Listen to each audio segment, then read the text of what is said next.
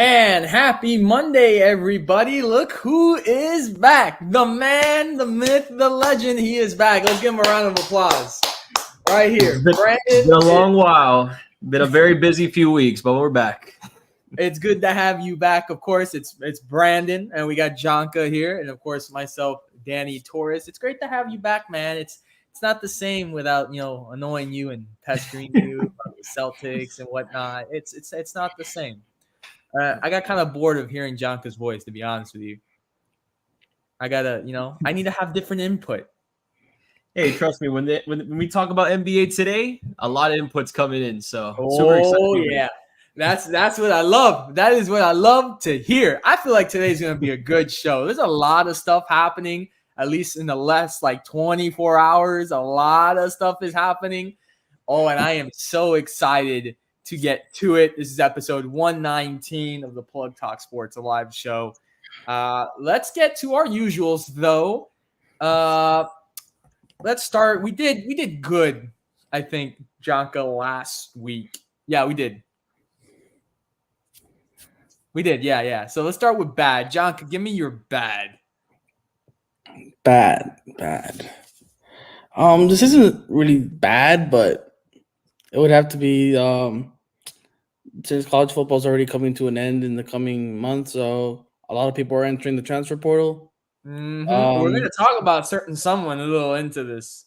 It's we're gonna talk about them a little bit later to the certain person, but to all the Miami Hurricanes that are deciding to leave, I hope you become successful wherever you decide to go. No hard feelings, but looking forward to a new season next year. So, but the transfer portal is going to be big. It's going to be big. I can already expect it. Oh. It is going. I don't know what you mean by big and good for you or bad for you.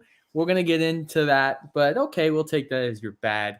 Brandon, what's your bad other than it's going to be around 30, 40 degrees in Central Florida in the next 2 days? Yeah, man. I mean, I'm already feeling the cold when I walk outside. It looks sunny outside, but it's 50 and windy. You know what I mean? So my contacts are just I'm crying everywhere, basically.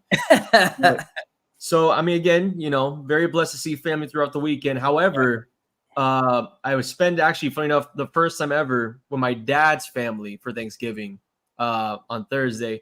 So I was in Orlando, and then I realized, the Celtics play against the Magic on Friday. The day I saw you went. Yeah, I ended up going, and again, had to see the in-season tournament courts for myself.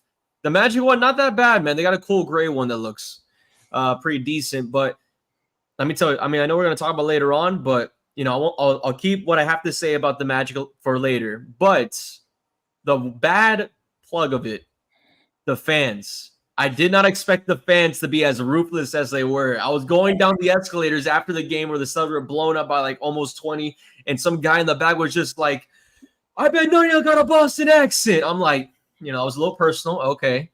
Then I walk downstairs, and I just see Welcome Walt Disney, basically the big Mickey Mouse sign or whatever. And I see Magic fans, celebrating the streets, you know what I mean? Hold this for a second, a little Celtic pack they're trying to give me. You know what I mean? They were just ruthless. And I've been to an Eastern Conference Finals, Heat versus Celtics, and I felt better there than I did in that Orlando Magic in-season tournament game. So it's Brandon, you know what it is? It's they've never had anything before. That's true. And again, I feel, all respect to Orlando Magic, their fan base. You love to see the type of enthusiasm for a fan base. But damn, for an in-season tournament, I don't know. I thought it was a little bit too much. They want something, man. They went to the finals once. They got swept by Kobe and the Lakers. They want something, They want something, man. But, from them and then hearing all over the because, again, since I've been here in North Central Florida, I've been getting a lot of Magic fans. Yeah. As close people. So heard of the, still hearing from them. I'll pray for you. It's okay. We'll get through this. Let's just see who gets the last laugh at the end of the season. There we go. For me, bad. I'll have to say I was in Maine for Thanksgiving, and I'd say the bad part of it was, I'll tell you what, guys, it's a very interesting place. I'd say the bad thing is it's cold as hell. Man, it was 23. Like the high throughout the day was 36. And at night it was 23. And my dad had a brilliant idea of like, oh, let's start a log fire in the fire pit outside at night, by the way. And I think we lasted a good 10 minutes because I didn't even think the fire was like it was pretty lit fire, but it wasn't warming up anybody. It was just that cold. Like, hey, these hot s'mores or hot schmoes, as I like to call it, as Buzz Lightyear once said, some hot schmoes. We can do them in the oven inside a nice warm house. We're not risking this cold. It's a different type of life, you know. We went to the town. We were in a place called Kennebunkport, and it's a little town, and you know, a couple stores, 2 restaurants, a church, and a cemetery. And I went through it, and we're like, all right, cool. What are we doing tomorrow? Well, you pretty much saw the town. That's just about it. And they're like, oh, okay. And I'd say the worst part is that 3:30 in the afternoon, it's dark, like dark at 3:30 in the afternoon. It's not my thing. As much as I love the winter, that's not my thing. Came back here to the South Florida, you know, warmth. So yeah, I'd say that's my bad. Let's go to good. Jonko, what's your good? What's your best thing? Good. Hmm. I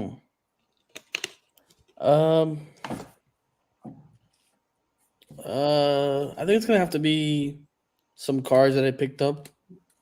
Okay, new ones. An Oswald Peraza from the Yankees, numbered to 99. Pretty cool. Hopefully he does Nice. good as a rookie. And then a Chet Holmgren numbered to 25. So Oh, sweet.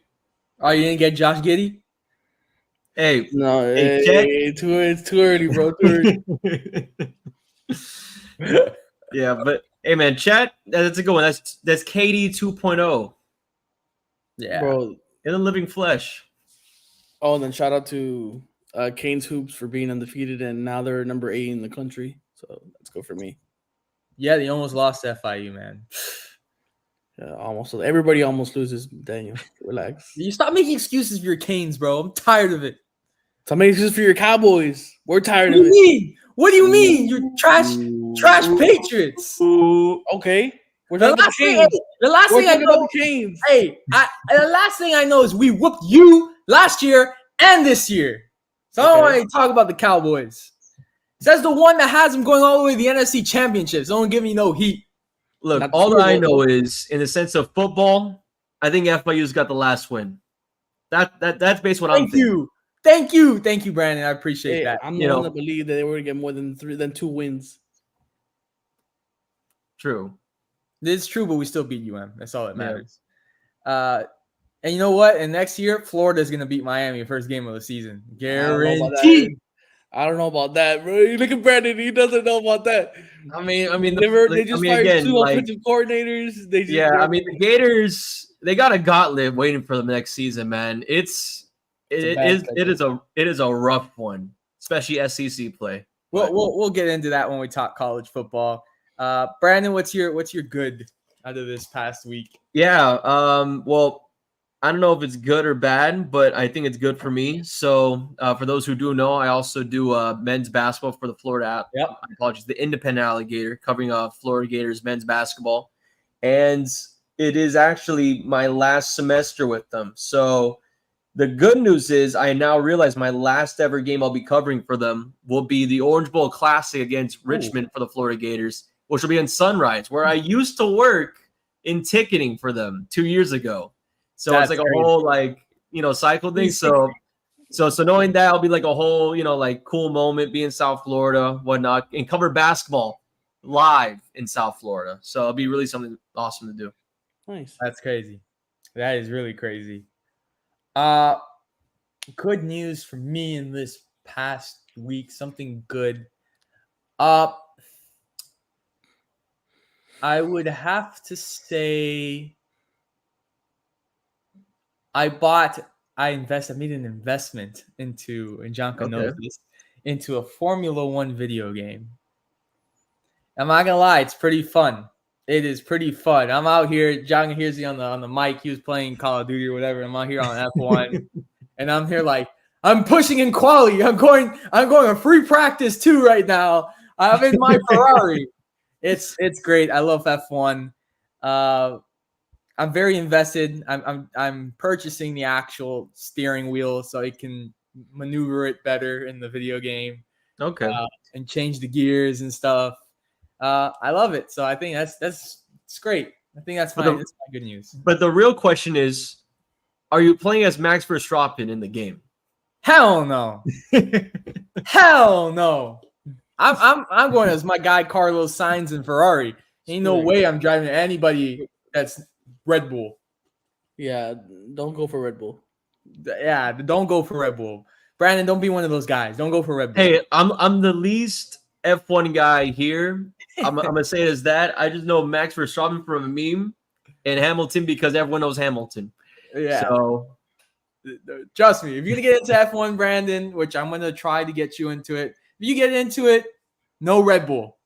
Don't go for Red Bull. Well, anyways, let's get into it. I'm excited to get into tonight's episode. It's gonna be fun. A lot to talk about. Let's talk about the NFL.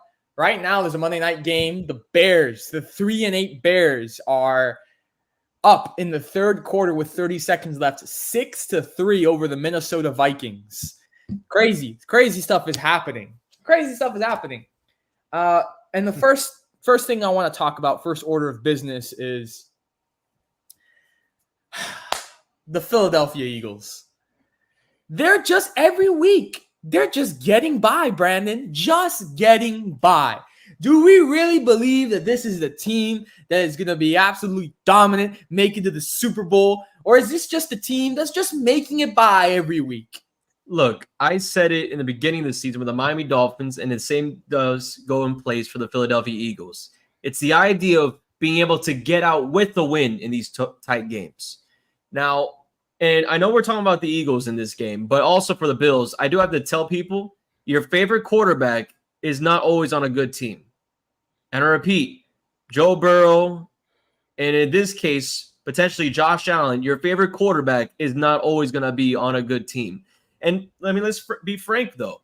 I mean, the Buffalo Bills with this loss, the 37-34 loss against Philadelphia, they end up having to be out of the hunt. I mean, honestly, they probably have less odds than anybody in the AFC South right now in making the wild card, let alone the playoffs. But the Eagles themselves, just sneaking by in this game, especially an overtime game, classic as it was. As I mentioned before, it's the ability to win these games out. Jalen Hurts able to perform as he did. Defensively, there were some issues, but I mean, it's just the D-line, though. I mean, I forgot the guy's name, the guy from Georgia that was drafted by the Philadelphia Eagles. Carter? Might be that one. Big guy. Like Jalen almost Carter. Yeah, Carter, I believe. Yeah, over 400-some pounds. Yeah. And he's running like 16 miles an hour. Are you kidding me? You know what I mean? Yeah. So, and again, this is a game where you have Philadelphia, 37 points, over 300 yards overall passing. You know, defensively, there were some, times here and there where you have to be able to close out these games, and let alone not even to be in these situations in the first place. But again, to make it out of the situations. Yeah. So I think in this game, Bills are a tough matchup, but they're not really the best team right now in the AFC to really look at. So, congratulations for Philadelphia. Next week, they got to shape up, because the only two quarterbacks that have ever beaten Jalen Hurts, Taylor Heineke and Zach Wilson. And both of those guys aren't even starting quarterbacks anywhere in the NFL. Dak didn't beat Jalen Hurts last year? No. Zach Wilson beat him this year, which is the only reason. Oh, we're talking about this year. Yeah, this year, Zach Wilson. But last year, Taylor Heineke beat him in the Commanders, and I think that was the only loss where Jalen Hurts was a starter. Okay. Jonka, what do you think? Are the Eagles just getting by, or are they really for real? I knew the Eagles were going to win this game. I knew it when Josh Allen threw that interception. Haven't you noticed in every game that the Buffalo Bills have lost, it has been because Josh Allen has not been able to take care of the football. Every single time, bro. Against the Dolphins, he didn't throw a pick. Look at that. They won by a blowout. But when it comes to the Patriots, he throws interceptions. He loses to the Patriots. My Patriots, we suck. Let me go to the Buffalo Bills here for a second because this is ridiculous. They lost to the Jets. They lose to the Bengals. They lose to the Broncos, the Patriots, and they nearly beat the Giants. All these with turnovers. The Bills are stuck with Josh Allen. They won't win. They won't get far if he continues to get rid of the football and not protect it as with fumbles and interceptions. It is ridiculous. Until that point that he threw that interception, it looked like the Bills were going to blow them out. And then they gave him life. They basically gave him good field position, and there he goes. Jalen Hurts walks it right in for a touchdown. And then they basically just go up. They just go up in the game, and that's history. But as of right now, is it lucky? There were some calls there that were a little bit There sus. was some calls. The PI should have been PI.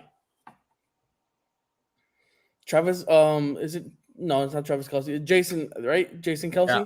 Yep. He had some really bad miscues as the center, which could have cost them the field goal. But hey, the guy who made the kick, great kick by the way.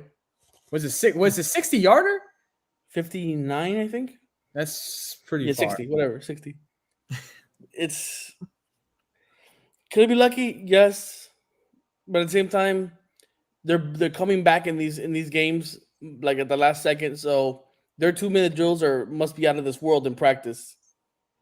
So I mean, this experience, if they were to make the playoffs, they've already been through these situations multiple times, so they know not to panic. So that's a good thing for them. Bad thing for the rest of the NFL that it's going to go up against them in later in the year. So just putting that out there. Do not have a close game against the Phillies or the Eagles. Mm-hmm. That's what I'm going to say. Just don't have a close game because they've already lived it multiple times and they can get you. Let's look at the rest of the league. Cowboys over the Commanders 45-10. They're looking into Shaq Leonard from the Colts. He has a visit with them this week. This one was a stunner. Packers over the Lions 29-22. That one stunned me.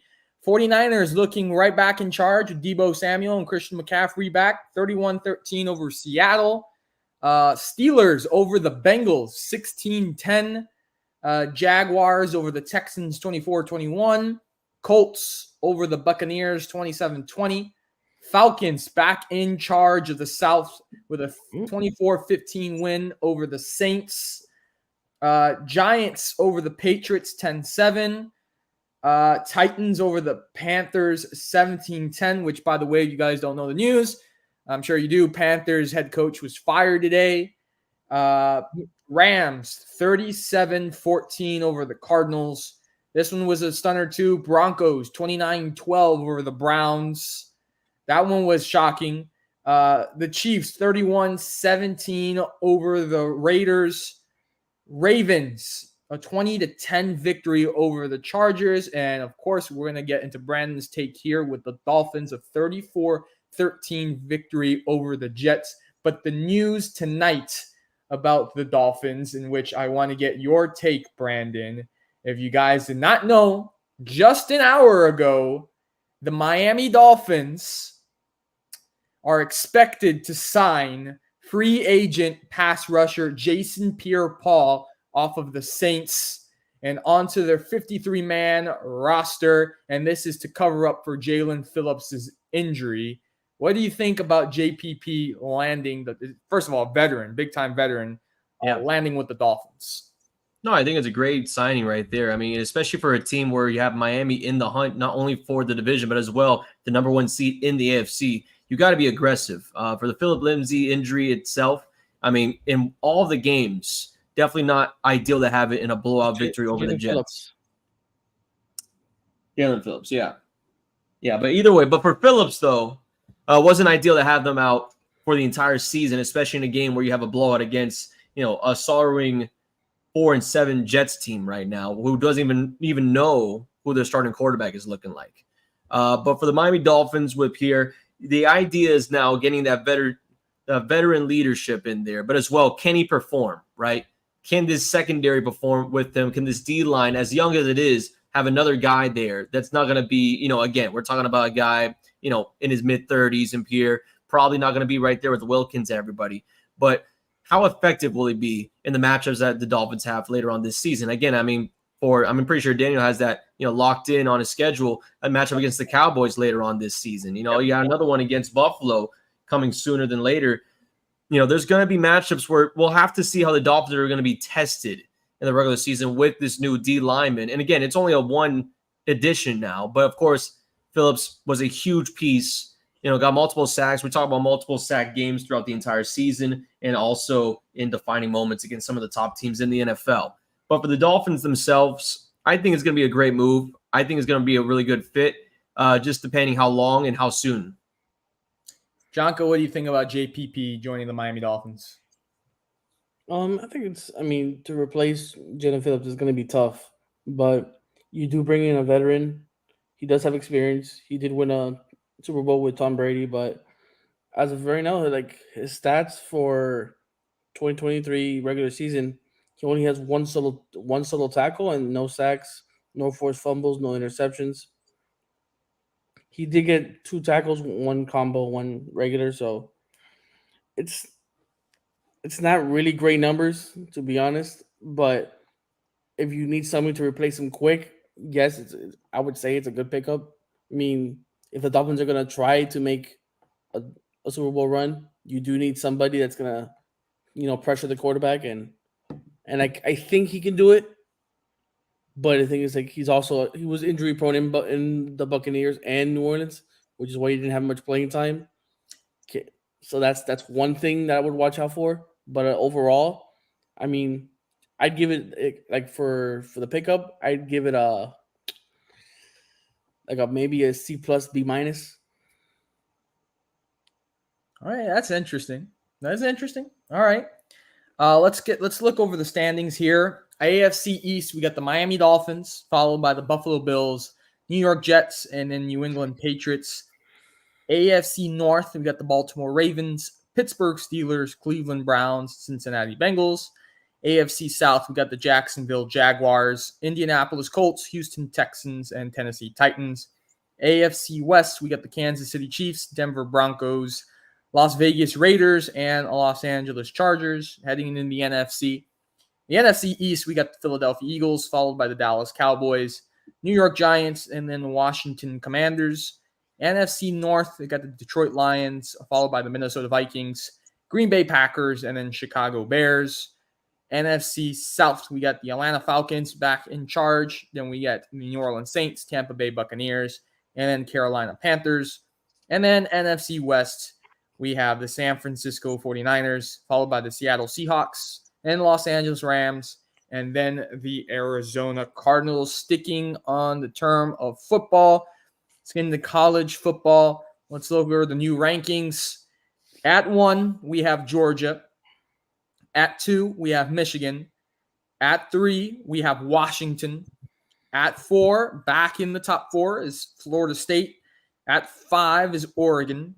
At 6, dropping 4 spots and out of the top 4 is Ohio State. At 7 is Texas. At 8 is Alabama. At 9 is Mizzou. At 10 is Penn State. At 11 is Ole Miss.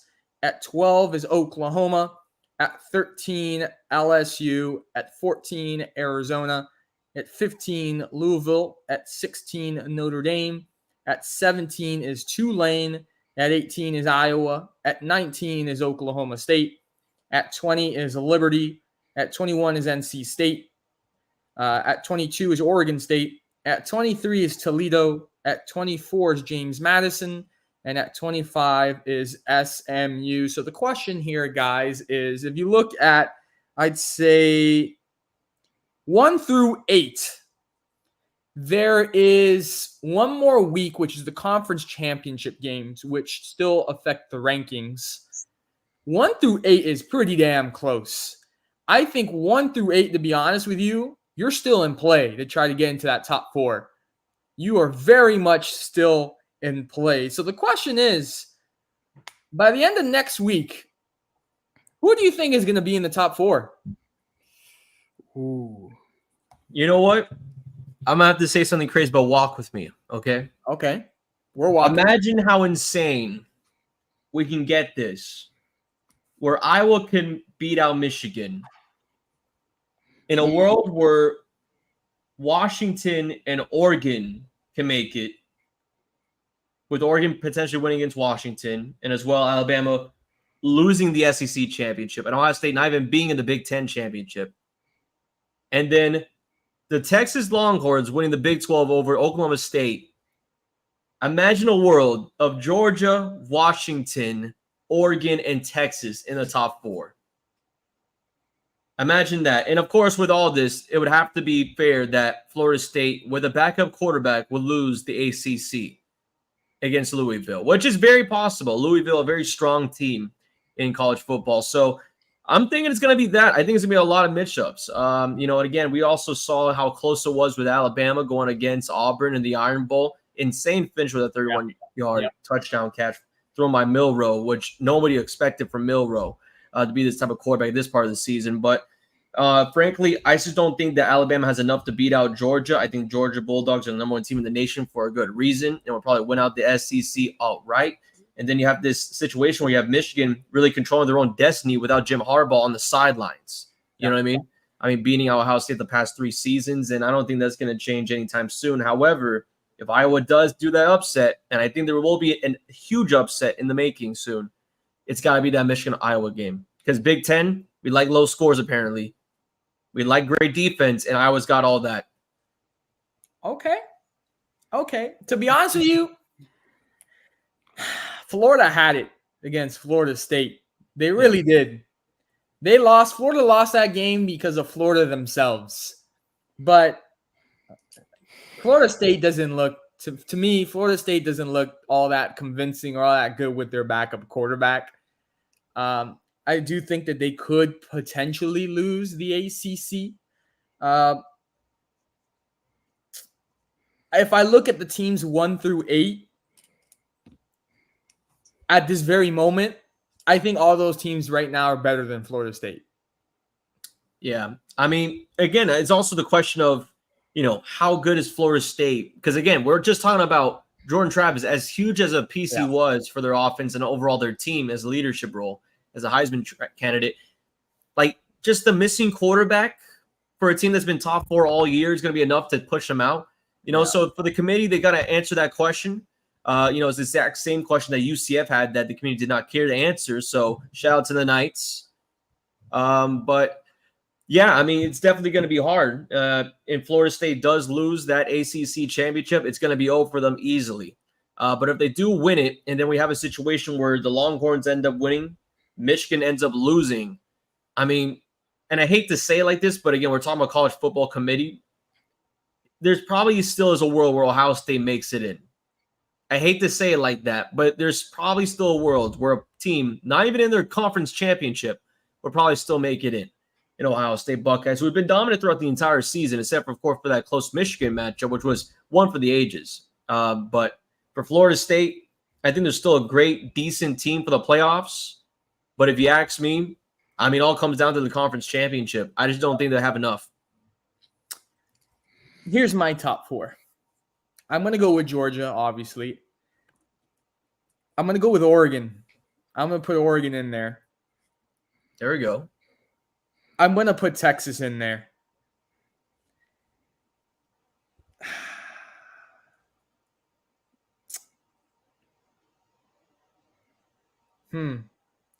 It's tough. I think, oh man, I'm stuck on who's going to get number 4, to be honest with you. So I got Georgia, Texas, Oregon. Because I'm now in between, do I keep Florida State at 4?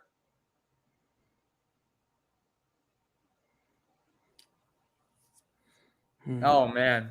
Because then you got Ohio State in play. You got Alabama in play.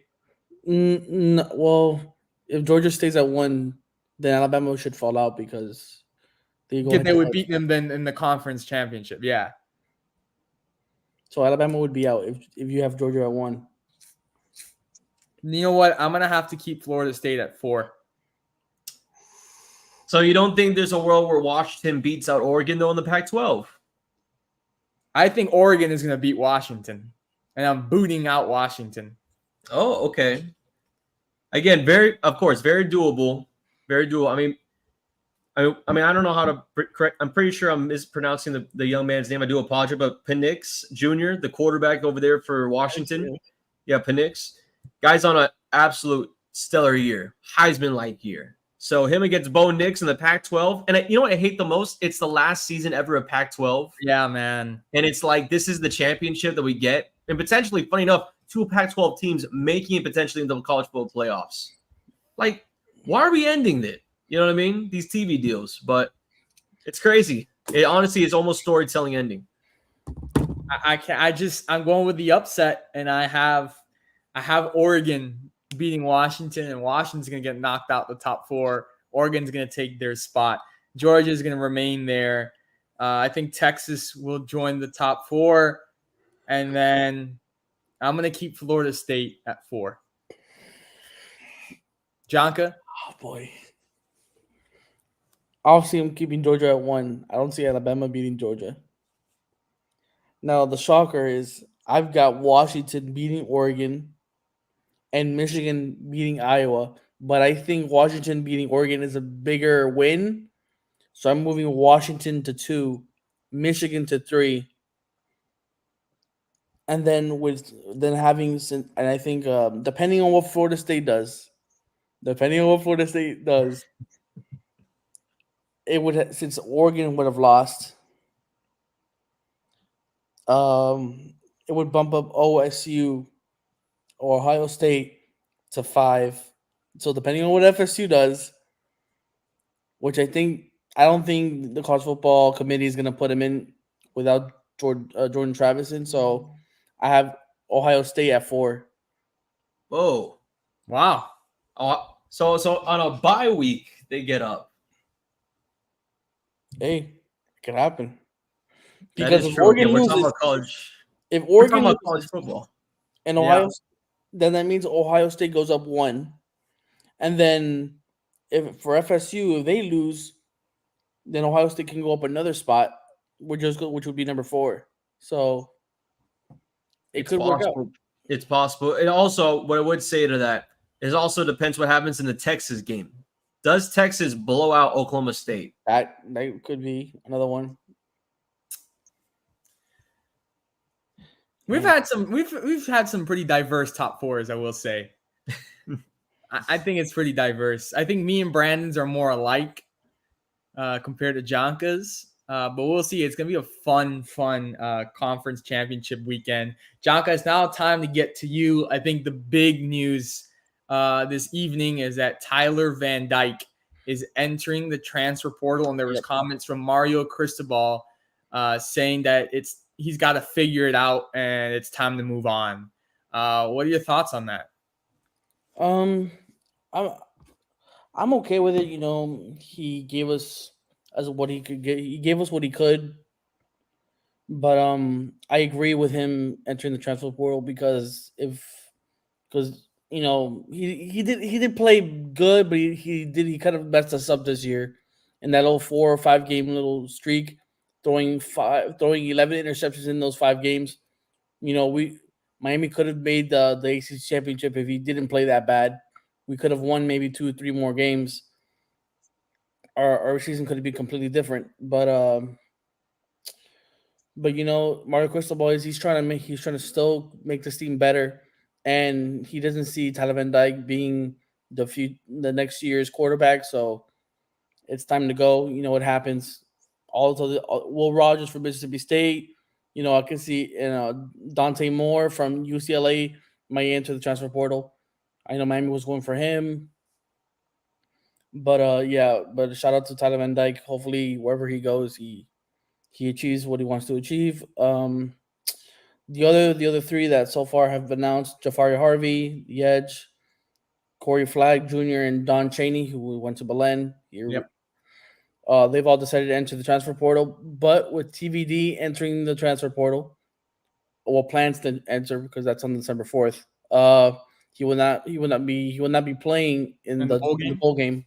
So as of right now, it looks like at the moment that Ja'Cory Brown will be the starting QB for that game. He's a dual threat. He likes to run it. He hasn't played all season. He's said apparently he's been working on his throwing and his accuracy, so that's a good thing. He's gonna be fresh. He's gonna be ready to go. Yeah, shout out to everybody, all the players that they gave us a hell of a season. We did improve. We didn't get blown out in a single game this year. That was my next question. You say you improved. Yes. Last year, your conference record was 3-5, which is not good. This year, your conference record was also 3-5, which is also not good. Where is the improvement? Are you kidding me? The overall record, yeah, AP overall, wins. bro. Oh, We're talking about a different mindset. What I would say about the roster compared to like last season to this season is definitely more, bulked up with more recruits coming in. And I'll probably say the transfer portal, the exits for this season are going to be a huge toll on them. But hey, Texas A&M at home, getting a win there. 2 close games against Louisville and as well one in Florida State at Dokes. Again, didn't result in wins, but there's more fight. Last season, I went to a senior night that only had me $25 to be 25 rows away from the field. You know what I mean? And again, I'm not saying that the seating selection at Hard Rock Stadium is too hard to buy a ticket for game nowadays, but, I'm just saying it's definitely a different vibe compared to the first season under Cristobal compared to the second season. You got moments in the season where you look back at and say, hey, we made bowl game. We got AP wins here and there. I mean, it's a lot better than a lot of other programs, especially in the SEC and let alone this ACC. So there is small improvements, I would say, though. I'm not gonna buy it. I'm not gonna buy it. The statement was, did we improve? Last year we were 5-7. This year we're 7-5, so that's an improvement. And besides, I'm gonna give you the numbers here. For 2022, we were 97th in scoring offense. This year we're 36th. Rushing offense 95th to 48th. Passing from 60th to 39th. Total offense 86th to 25th. Passing plays from 10 yards more, 49th to this year 26th. Passing on Pro Football Focus 111th to 28th. Pass block 58th to 11th. Receiving yards 77th to 15th. Rushing from 31 to 28, and then rushing and blocking 107th to 28th. I gave you the numbers. If you don't want to listen to the numbers, then you're just being a hater. I mean, that's all beautiful and nice when you can stat pad those numbers against Miami, Ohio, and Bethune-Cookman. That's beautiful. Wait. I love how you're still 3-5 in your conference. Ohio, right? Miami, Ohio. Do you even know the record? Miami, Ohio. Let's look at it. Hey, we're living in a day and age where James Madison is going to a bowl game. They're 10-2, by the way. Miami, Ohio is 10-2. So, just saying. I told you they're sneaky. I didn't say we were good. We didn't say we were Georgia level. I never said we were Alabama level. I even said from the beginning of the year. I even screamed at Brandon on this live saying that the Canes were not back.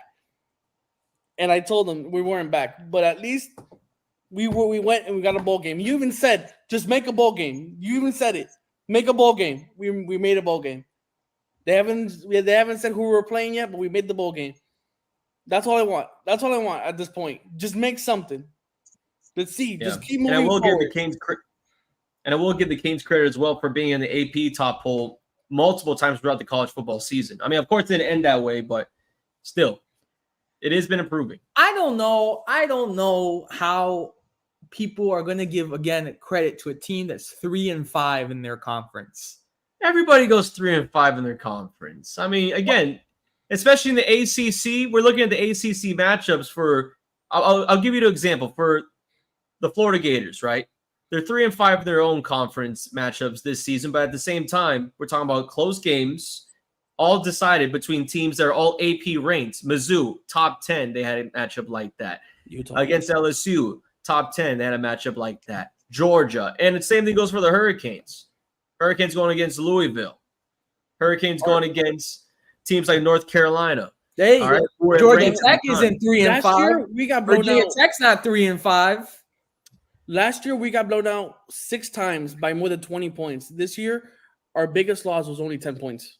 You're still 3-5, the same as last year. But you're saying improvements, though. That was the statement. If you're 3-5 last year and you're 3-5 this year in your conference, there's not an improvement. You're still the same thing. You can't look at conference because you beat teams that were garbage. You're just nitpicking. You're just taking one stat and using that to represent your entire argument. Yes, exactly. Because that's the point. You're 3-5. That's not good. You didn't improve. That's a terrible argument. That's not a terrible argument. You're 3-5. Daniel, that's what's your argument for TCU? For TCU? Yeah, they made the college football final last year, and all this year they're like 3-8. What is not good this year? Also, now all of a sudden, like they don't matter anymore. Like it doesn't like no.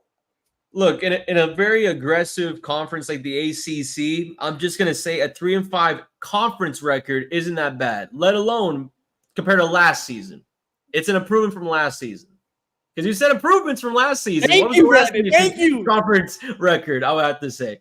If you would have told me, damn, they're 6-2 in their conference. Wow, they really improved. You take the team. Well, 6-2 is like basically a top 15 AP team, though. Take at least a Power 5 from last season. 2022 Canes, 2023 Canes. You put them together and you compare them. What team do you think would win that game? I don't know. They probably go 3-5 in their conference. Unreal. They equal the same exact garbage. Unreal. We gotta move past this. It's 3-5. It's not good. It's not good. Let's go into NBA. It was a very disappointing weekend for the Miami Heat in the state of New York. Back-to-back losses to the Knicks. That one was very infuriating. They had a good lead. They blew the lead, which has been a little bit of a narrative, I think, in these games for the Heat where they have a good, healthy lead and then they blow them in the fourth quarter. That was an in-season tournament game, and then they lost to the Brooklyn Nets, but there were a lot of players out on the second night of that back-to-back against the Nets. But I will say they have elevated their play compared to what the beginning of the year looked like. So I'm happy.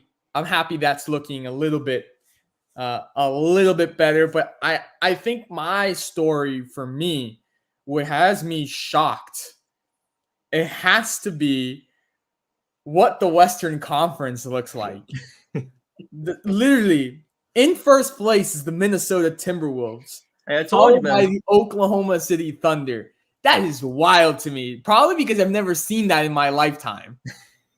Yeah, I told you, man. Anthony Edwards is a different beast, man. Where we saw in the USA FIBA World Cup time, we're seeing that exact same time over here in the regular season now. Minnesota, one of the best teams right in the Western Conference. But I do want to say for the Miami Heat, who went on a 7-game winning streak midway through the season. I don't want to say anything of a fluke or anything like that. Again, it's too early in the season to tell. But probably the hardest competition they had was Los Angeles Lakers through those games. We're talking about wins against going one by one, Brooklyn, Charlotte, San Antonio, Atlanta, Memphis, the Lakers, as mentioned before, and then as well the Washington Wizards, who, believe it or not, won the League Pass Bowl of the game against the Detroit Pistons to see who is the worst team in the entire NBA. Now that's belonged to the Detroit Pistons with only 2 wins. But for the Heat themselves, I mean, they definitely look impressive, though. I think Duncan Robinson is definitely having his best season so far in his entire career. But team-wise, I mean, they're not really moving the ball that well. I mean, let alone, it's more or less a defensive team, if anything. We're talking about 24th in points per game as a total team, 109.8 per game for the Miami Heat, 25th in rebounds, 18th in 25.5 assists per game, and 6th in holding opponents to 107 points per game on average. So, again, this is a very defensive Miami Heat team. Struggle a lot on offense. That's why you're not seeing high scores out of Miami, especially in Jimmy Butler. But great season so far for Tyler Hero, Duncan Robinson, as well as Bam Adebayo. But yeah, the Western Conference Finals, because I do want to talk a lot about this, though. I said at the beginning of the season to now have stock in Dallas. I think Dallas is kind of regressing a little bit. They're on fire though. I know you've never been high on Dallas. Look, I'm never high on Dallas. When you got like 3 guys that can really run the offense and everybody else is just standing around, it's just like, what am I watching? This isn't basketball. You know what I mean? It's never really worked out for 3 All-Stars unless you're going to look at 3 All-Stars and a hell of a Hall of Fame cast of role players behind them. But yeah, I mean, when you look down the way of the West, we're talking about Minnesota, OKC, Phoenix, and Denver. Mind you, these are all teams that are either have aging rosters where they brought in like stellar guys that are looking to compete for a championship, and also rosters where it's like, is it too soon? Right? We have all these young guys, but for some reason they're basically pushing way too early. And that's in the case for OKC as well as Minnesota. I knew Anthony Edwards was going to have that type of season. I didn't know that Shai Gilgeous-Alexander being a top 5 guard in the NBA right now. I didn't know, and I hate to say this, Josh Giddey and also the cast of Chet Holmgren doing incredible things in OKC and on their offense. I mean, Chet Holmgren, as mentioned before this podcast, KD 2.0. The guy does pull-up jumpers on the Golden State Warriors to take the overtime, and they win it. Not in Oakland, but in San Fran, the Chase Center. Like, it's just a different breed of basketball now going with a lot of these franchises, and especially OKC and Minnesota. In Minnesota, it's just there's a different style of play. Karl Anthony Towns has woken up. Their bench is getting more productive. And Anthony Edwards, he's taken that leap. So it's definitely been a different type of Western Conference, I would say. I must read the comments from Nikola Jovic. If you guys haven't heard, he says that the Serbian media misused his words, but this was the quote today, and quote, "Everything I'm good at," and he's speaking about the Miami Heat, by the way, "they don't seem to use, and what I'm worse at, they seem to force it. I know that I can play in several positions and in several ways, but they simply seem to be trying to limit me in some way. I'm really coping and trying to make the best of this, but it's not easy. It's really not easy," end quote. What do you think of that? And especially him saying that they didn't use his words accurately. I mean, again, for me personally, I'm not really too familiar with the Serbian media. I don't know how they really like shine the light over the Jokic, I guess in the most positive way. But I just want to double check because this is the first time I'm hearing it. So basically the way that they were trying to say the quote was that the Heat were trying to basically have them as the worst part of his game. Yeah. Well, that's expected in basketball. When a guy is right-handed, you want to force him to go to the left side. It's just the way that the game goes. But for Jokic, I have to reiterate, Jokic, the MVP finalist. He's one of the best, if not the best basketball player on the planet right now. The guy is one of the best offensive players, no matter of his size or look. He can move down the court, and his height and also his weight, still be aggressive down low in the post. There's nothing you can stop. So, quote or not, I mean, it's a basketball quote, but for the Serbian media to use that and Jokic to be like, oh, they've kind of misused it, it's kind of interesting, I think. It's interesting how he holds himself. I will say, I'm switching gears. I will have to say that Jonka has been very positive about the Philadelphia 76ers this year. How do you feel about that, Brandon? I mean, it's for good reason. Let me see if I pull up some stats here. But they are 12-5 and 4th in the Eastern Conference. And again, because I wasn't going to talk about the Orlando Magic, that second seed in the East, tight. Very, very tight. Milwaukee, Orlando, Philadelphia, and even the Heat making some waves there. But for Philadelphia, they're doing everything right as a team. I mean, this is a more of an offensive team. And Tyrese Maxey, I'm honestly all for a Tyrese Maxey all-star bid. All for it. Since James Harden has left, he's taken over that role and position as being kind of the facilitator, being the playmaking offensive scorer for them. And especially in a place where, Joel Embiid can't be playing every single game throughout the season. I mean, we see his lower body injury count. So for them to be able to do that, and then as well from the trade, they were able to get a lot of guys, and also for Kelly Oubre, glad he's okay and recovering from the car crash that he had in the Philadelphia area a while ago. But, they blew out the Lakers the other night. They're 6th in rebounding, 16th midway of the pack in the entire NBA. in assists per game with 25 a game. And again, third in points per game at 120.5. I mean, it's ridiculous. I mean, Marcus Morris, Tobias Harris, Joel Embiid, those are all guys that bring you size up front. And have they shown to beat out teams in the East that are contenders? Not really. I haven't seen a Milwaukee win where I'm like, oh my goodness. Or like, I was going to ask you that. Like, has Milwaukee, even with adding Damian Lillard, have they really impressed? They've been, also before I go into that, I just want to point out as well, 26.5 points per game for Tyrese Maxey. So again, making that bid right now. That's a guarantee all-star. Guarantee. There we go. Guarantee. I had to bring that one back. But the interesting thing about Damian Lillard is that his shot selection is just very questionable throughout the season. And again, it's nothing that we're new about, right? I mean, he's used to taking those type of shots where he's taking at least 15 or more attempts from the field. But at the same time, they're having 50-50 games, but they're still knocking everybody out of the park. I mean, they were down 21 points against Portland the other night, and they came back. Between that, the duo of Giannis and Damian Lillard giving you 60 points combined together. So, are they a better team? I don't think so. I mean, we're talking about a team that has Chris Middleton out for injury a little bit. And then, again, as I mentioned before, what's their bench looking like? Malik Beasley, Bobby Portis. You know what I mean? Yeah. So, Damian Lillard, he's going to take a lot of those shots, but they're 50-50 at this point in the season. So, I think it's too soon to tell. But, again, this is an offensive team. I mean, I know I talk a lot about stats. I'm a huge stat guy, but 25th in the middle of pack in assists. Defensively, not too well.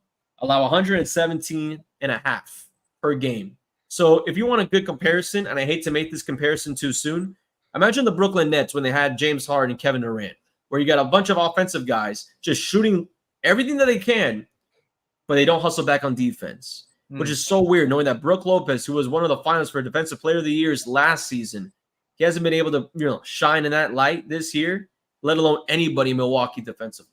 We have to talk about this because it was our plug of the week. But what the hell did you guys think about Craig Popovich grabbing the microphone in the middle of the game? Be like, hey, stop booing. This is not how we are in San Antonio. We're better than that. Jack, what do you think of that? I love it. It's extra. But I love Popovich. I've always loved Popovich. He's so funny. He's always straightforward to everybody. I don't agree. I don't understand why Spurs fans are booing Kawhi Leonard. It's because of the history, because he sat down purposely pretending to have an injury and wanting to force his way out of San Antonio. And I guess San Antonio fans are still butthurt that he's not there. And what he's done, he went and won a championship with Toronto. And then now he's with the Clippers. He brought them a championship. Hey, look, if I'm on a 12-game, Tony Parker and Ginobili won them a championship. He was just a little side piece. I don't know, but what I would say, if I'm on a 12-game losing streak, I'll be booing at everybody at the line. Like if Zubac's was at the line, I'll be booing the crap out of him. On a 12-game losing streak, I'm praying for a miss. But I don't know, man. I think the Spurs are misusing Victor Wembanyama because I think they're giving him too much usage, bro. Like, put him in he's like almost 7 feet with like a 9-foot wingspan, bro. Why the hell is he dribbling up the court? Like, I get it. He has skills and all that. Like, we've seen it before. But like, put him at the 5, bro. Give him the ball and let him dunk the ball, bro. Ain't nobody gonna jump in 0.2 seconds. Get up there and force his way to a block. There's no way. Like, I don't understand why that dude's shooting threes from 40 feet when you're 7 feet, my guy. Like, look, the only way what I would put it is this. Wemby, when he grew up in France, his trainers were and one guys. The guy was like 11 years old doing and one moves in street ball to training. You can't unteach that, And that's probably one of the things about how weird this NBA era is going to be with Wembanyama, because this is a guy that was giving you like 20-something per game, doing everything he can, let alone taking the ball down and doing pull-up three-pointers from beyond the arc. It's insane to watch, but I mean, Jog, I do understand with the whole paint idea, but that's the one weakness he has. I think they also He doesn't have a post game. I think they're missing a point guard to make that, bro. With a decent point guard and the pick and roll with Victor Wembanyama would be lethal. To be honest. Yep. Well, let me see if they have. I'm not too positive they still have Trey Jones or not, but again, this is because they do move the ball around. They're third in assists for as a team, but they don't really score that much. They're really inconsistent. I would probably say they've had like the start of the season. I forgot the guy's name. Let me see if I can double check from the roster here. I just want to double check. I don't want to mispronounce his name or say anything bad about his name or anything like that. Just want to double check. Yeah, Devin Vassell, 24-year-old. He's kind of a stretch guy, wing guy. He showed a lot of like promise in the beginning of the season. He hasn't really shown much in the past few games, and that's kind of one of the reasons why you're seeing all these losses. There's guys that kind of peaked in the beginning of the season, and then Wemby's kind of over here like, where's the consistency on offense? How are we getting on runs? I mean, the most recent loss against Denver, down 12, and that's the game where they scored 120 points. You know what I mean? They're like not consistent on defense. They're allowing teams to run right through them, and it's a young team. So it's going to be able to get those type of things. My final thing of the night, final topic of the night, still in NBA. At the trade deadline, do you think that the Chicago Bulls are going to blow up the whole team? No. And the only reason I say with that, Zach LaVine and Caruso and company and DeRozan. Yeah, and the only reason I say that is that unlike other leagues where you have like, an NHL, when you have like guys are going to be, being placed in the minors or whatever in college for the next 5 years or something like that, or the NFL where like a huge asset can really make some difference. Right now in the NBA, the hot commodity is the draft pick, and especially with this upcoming draft class. For the Bulls, even if they move Zach LaVine, I don't even think they'd even push for a play-in spot. I mean, that's how bad the situation is in Chicago. Their first game resulted in them losing and then having to do a players-only meeting afterwards with Billy Donovan having to be like, you guys okay? Okay. How about you hash it out? You know what I mean? So that's the only the first game. Yeah, and that was their first game, and it hasn't really gone up since then. I mean, I don't even know. Let me double check just the standings real quick. But this is just a Chicago Bulls team who, yes, is in 13th right now on a 4-game losing streak, who hasn't really found anything going on for them. And really that's because a lot of their assets have not been producing. Caruso hasn't been producing. Ayo hasn't been producing. DeRozan and Zach LaVine are just there getting buckets, and it's not like anybody else is helping them out. Not even Vucevic. Jaka, you think Chicago's going to move any of their guys? You think they're going to blow this team up? It'd be tough. If I were to move somebody, pull up the Bulls roster here just in case. If they're gonna keep DeRozan and LaVine, I would try to get some good pieces that could score. So I would trade Caruso. I would trade Vucevic. You had to use it for defense. I would maybe Patrick Williams, Torrey Craig, Lonzo Ball. He's washed. They don't have many pieces, like to be honest. So if I'm gonna blow it up, I'd blow up. Maybe if you're gonna include Vucevic, then include him for a package, maybe for some first round picks or something that can give you something in the future. Or because you're not gonna win now. Let's be honest, they're not gonna win now. So just if we're gonna blow it up. If not, then just try to go for some picks. All right. You heard it here. Well, that's going to do it for us tonight here on this, for at least Brandon, cold Monday night. Nice little breeze here in South Florida. We'll make you a little jealous. But thank you, everyone, for tuning in to episode 119. We look forward to seeing you guys next week, episode 120. We thank you guys for tuning in and week out. Of course, our social media, we have X or Twitter. We have TikTok, Instagram. Stay updated with all of our content, and we hope you guys have a great rest of your week. We hope you guys had a great Thanksgiving, and we'll see you guys next week.